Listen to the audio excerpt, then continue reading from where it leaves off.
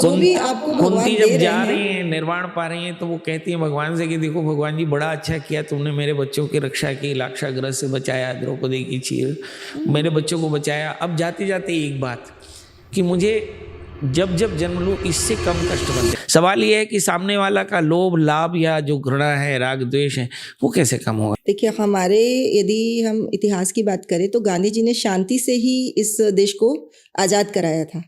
तो जहाँ तक इस ग्रैटिट्यूड का प्रश्न है, हम हमेशा ये बोलते हैं आप अपने एक्सटर्नल सिचुएशंस को नहीं बदलेंगे, आप खुद को बदलने की ताकत रखते हैं। और जब आप खुद को बदलते हैं, आपका ऑरा इतना स्ट्रांग हो जाता है कि बाहर की विपरीत परिस्थितियां आप पर असर कम डालती है। मैं बार बार यही बताना चाह रही हूँ, मैं ये नहीं बता रही हूँ कि उन लोग बदल जाएंगे, पाकिस्तान बदल जाएगा, कि यूक्रेन बदल जाएगा, कि कोई और कुछ बदल जाएगा। सेम आप घर के सिचुएशन में भी, यदि आपको अपनी बहू से प्रॉब्लम है, अपने हस्बैंड से प्रॉब्लम है, या अपने किसी भी पैसे से प्रॉब्लम है, वो बदल जाएगा मैं ये नहीं बोल रही, आप बदल जाएंगे, आपका नजरिया बदल जाएगा और वो आपके ऑरा को स्ट्रांग कर देगा। जैसे एक छोटी सी एग्जांपल से मैं आपको बताती हूँ, कोविड आया था, तो क्या कोविड पूरे हर जन को हुआ? नहीं हुआ। इतनी बड़ी महामारी क्या ईच एंड एवरी पर्सन को हुई? नहीं हुई ना। कुछ लोगों को हुई, कुछ को नहीं हुई। किन को नहीं हुई? जिनका इम्यूनिटी स्ट्रांग था। बस मैं उस इम्यूनिटी की बात कर रही हूँ, उस इमोशनल इम्यूनिटी की बात कर रही हूँ। ग्रैटिट्यूड के थ्रू आप अपनी इंटरनल इमोशनल एटीट्यूड को, इम्यूनिटी को इतना स्ट्रांग कर लेते हैं कि एक्सटर्नल जितनी भी ये आप नाम ले रहे हैं ना, इनको मैं एक तरह से महामारी समझूं, बीमारी समझूं, ये आपको अफेक्ट ही नहीं करेंगी। इनके कोई भी कदम, इनके कोई भी स्टेप आपको विचलित नहीं होने देंगे। सवाल ये है कि ऐसी परिस्थिति में ये ग्रेटिट्यूड कैसे क्रिएट होगा? समझ गई। देखिए क्या है कि मीडिया किसी भी चीज़ का हाइप क्रिएट कर सकता है, पर जितना मैंने अपने इतने सालों के प्रैक्टिस में समझा है, तो मैं एकदम पॉलिटिकल लेवल पे तो नहीं सॉल्व करती चीज़ों को, मोस्टली अपनी फैमिली लेवल पे, अपने जो फ्रेंड्स और उसमें मैं जो चर्चा कर रहा हूँ, एक स्लोगन है, गर्व से कहो कि हम कट्टर हिंदू हैं। हम दूसरे की पर्सनालिटी को एक्सेप्ट नहीं कर रहे हैं, हम दूसरे के ग्रैटिट्यूड को नहीं मान रहे हैं, हमारे अंदर में दूसरे के प्रति कोई कृतज्ञता नहीं है, हमें केवल बुराइयां याद हैं।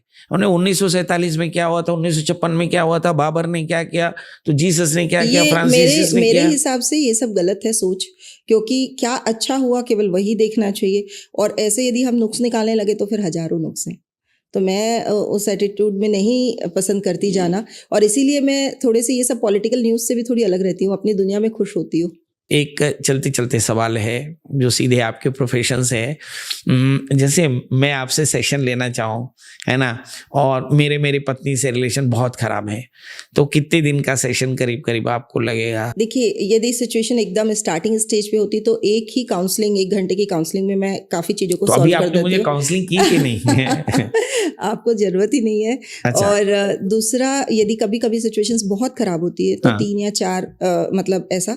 लेकिन आजकल लोग क्या करते हैं कि पहले से, जैसे बोलते हैं, प्रिकॉशन के तौर पे ही सीखते हैं चीज़ों को। तो ऐसी अवेयरनेस बहुत मैंने देखी है सोसाइटी में। मेरे जो अभी स्टूडेंट्स हैं, जैसे 40+ लोग हैं जो जूम पे मुझसे सीखते हैं डेली, 1 घंटे की क्लास होती है। उनकी लाइफ में कोई बहुत मेजर प्रॉब्लम्स नहीं है, पर फिर भी वो अपने आप को मेंटेन करने के लिए और हाई फ्रिक्वेंसी में रहने के लिए कुछ ना कुछ अच्छी चीज़ें सीखते हैं। तो उनको मैं जब बोलती हूँ कि आप अपने मार्क्स दीजिए, जैसे आप अभी हेल्थ पे कितने मार्क्स देंगे आउट ऑफ 1 to 10, तो वो अपने मार्क्स जैसे शुरू में जब ज्वाइन करते तो मान लो किसी ने 2 दिया, 3 दिया, या फिर आप रिलेशन में कितने देंगे, आप अपने करियर में कितने देंगे, मनी में कितने देंगे। और धीरे धीरे हर सैटरडे को हम बोलते खुद ही आप अपने मार्क्स लिखिए। तो उनके मार्क्स जब बढ़ते बढ़ते 7, 8, 9 तक पहुंचते हैं ना, तब मुझे सेटिस्फेक्शन दिखता है। वो मार्क्स वो खुद दे रहे हैं अपनी लाइफ, मतलब उनका सेटिस्फेक्शन लेवल बढ़ रहा है कि चारों एरिया में उनकी प्रोग्रेस हो रही है। मतलब बाढ़े पूत पिता के धर्मा, खेती बाढ़े अपने कर्मा। कहते हैं कि आप अपने पितरों के लिए कृतज्ञ रहेंगे तो आपके घर में सब प्रकार की समृद्धि आएगी। हाँ। ये चीज़ आपने बहुत सही कही, क्योंकि हम ग्रेटिट्यूड में जब बताते हैं तो मैंने देखा है कि बहुत सारे लोगों को अपने माँ बाप से प्रॉब्लम होती है। किसी को अपने पापा की डांट से प्रॉब्लम है, तो किसी को माँ की कंट्रोलिंग नेचर से प्रॉब्लम है। तो जो भी लोग अपनी जड़ से जुड़े हुए नहीं हैं, यदि अपने माँ बाप से कहीं से भी दूर हो गए हैं तो वो बाकी चीज़ को बैलेंस आउट नहीं कर पाते हैं। कई बार वो बहुत कोशिश करते हैं कि और फिर भी वो रिजल्ट नहीं पा रहे होते हैं।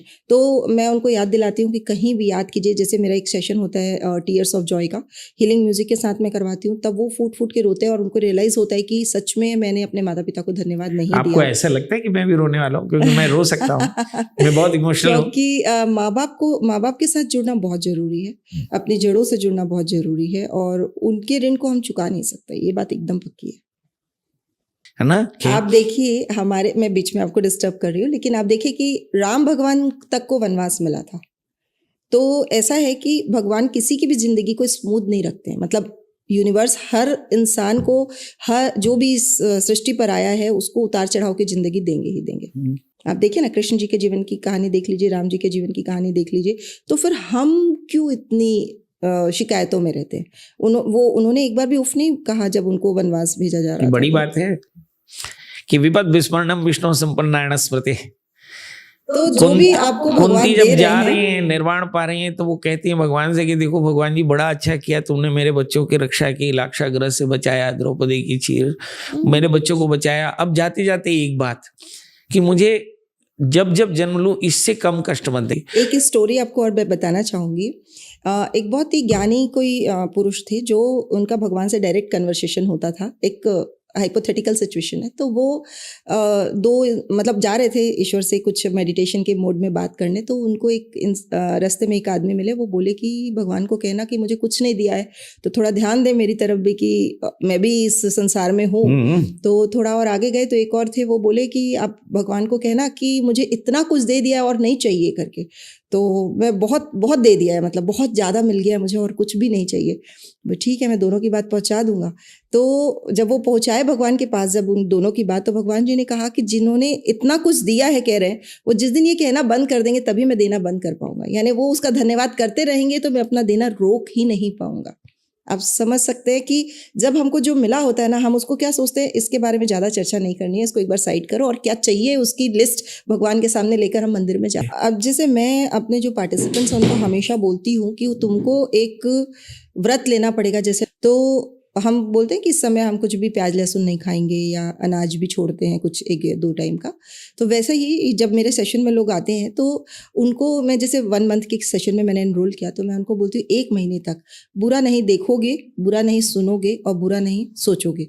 तो बोलते देखोगे मतलब कैसे? तो मैं बोली पिक्चरें आजकल जो मार धाड़ की आ रही, देखना ही नहीं है। तो बोले क्यों, देखने से क्या होता है? हमको भी पता है वो मूवी चल रही है, तुम्हारा सबकॉन्शियस उसको रजिस्टर कर रहा है, तुम दुनिया को उतनी बुरे तरीके से देखने लगते हो। ये जो सो कॉल्ड सीरियल्स दिखा रहे हैं उसमें रिश्तों को इतना खराब कर दिया, सास बहू के रिश्तों को, या किसी, आप हमेशा संदेह की दृष्टि से देखते हैं। कोई भी सामने वाले को आप हमेशा सोचेंगे इंसान अच्छा नहीं होगा, क्योंकि आपने बार बार टीवी में, मूवीज में हर इंसान को एक संदेह की दृष्टि से या एक अलग रूप में देखा। अब मेरे जो पार्टिसिपेंट्स है वो आश्चर्य करते हैं, बोले कि जैसे ठीक है मैं बोलूंगी नहीं बुरा, पर यदि कोई मेरे को आके अपनी दुख गाथा बता रहा है तो क्या मैं सुनूं भी ना? तो ये तो इनह्यूमैनिटी हो जाएगी।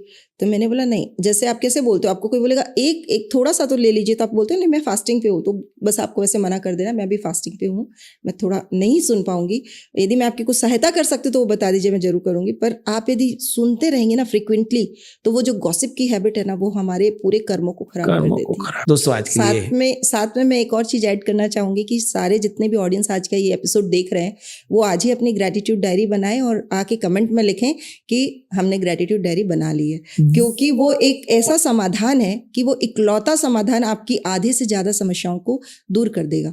तो आप जरूर से अपने नजरिए को बदलिए और लिखना बहुत जरूरी है। कई लोग बोलते हैं कि हम हमेशा धन्यवाद के भाव में रहते हैं, पर हमारी सारी इंद्रियों को एंगेज करने से ही एक्चुअल ग्रेटिट्यूड की प्रैक्टिस होती है। तो मैं कहूंगी कि 1 महीने मेरे कहने से लिखिए, ताकि ये एपिसोड सार्थक होगा। आप इसको मैं 3 पार्ट में लिखना बताती हूँ त्रिपाठी जी। जैसे शुरू का फर्स्ट A, B और C का पार्ट होता है। A पार्ट जो होता है थैंक यू यूनिवर्स या थैंक यू गॉड, या जो भी आप रानी सती दादी या राम जी या जो भी आपके इष्ट देता है, कोई महादेव या जो भी है, थैंक यू के साथ एक पावर जो भी आप मानते हैं उनका नाम। उसके बाद मैं बहुत खुश हूँ या मैं बहुत सेटिस्फाइड हूँ या मैं बहुत ही एक्साइटेड हूँ, कुछ एक मतलब इमोशंस को लिखिए।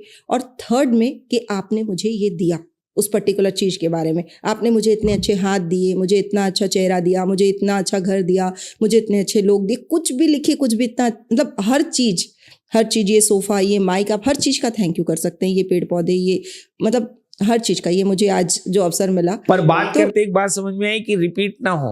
हाँ, एक ऐसा। महीने तक रिपीट नहीं होना है, और ये तीनों पार्ट इंपॉर्टेंट है जो कि लोग मिस कर जाते हैं। मोस्टली लोग थर्ड जो सी वाला पार्ट है उसको करते हैं, ए और बी भूल जाते हैं। मतलब हर एक बार महाशक्ति को याद करना है और थैंक यू के दूसरा साथ।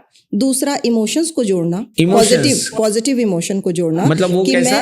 कि मैं मैं बहुत खुश खुश हूँ, हूँ, मैं right। बहुत खुश हूँ, मैं बहुत एक्साइटेड हूँ, मैं बहुत सेटिस्फाइड हूँ, मैं बहुत तृप्त हूँ, कुछ भी लिखिए आप, मतलब एक पॉजिटिविटी के साथ, क्योंकि आप उस महाशक्ति को जब धन्यवाद दे रहे हैं तो आपको बताना पड़ेगा कि आप किस रूप में धन्यवाद दे रहे हैं। और तीसरा, आज मैंने क्या पाया?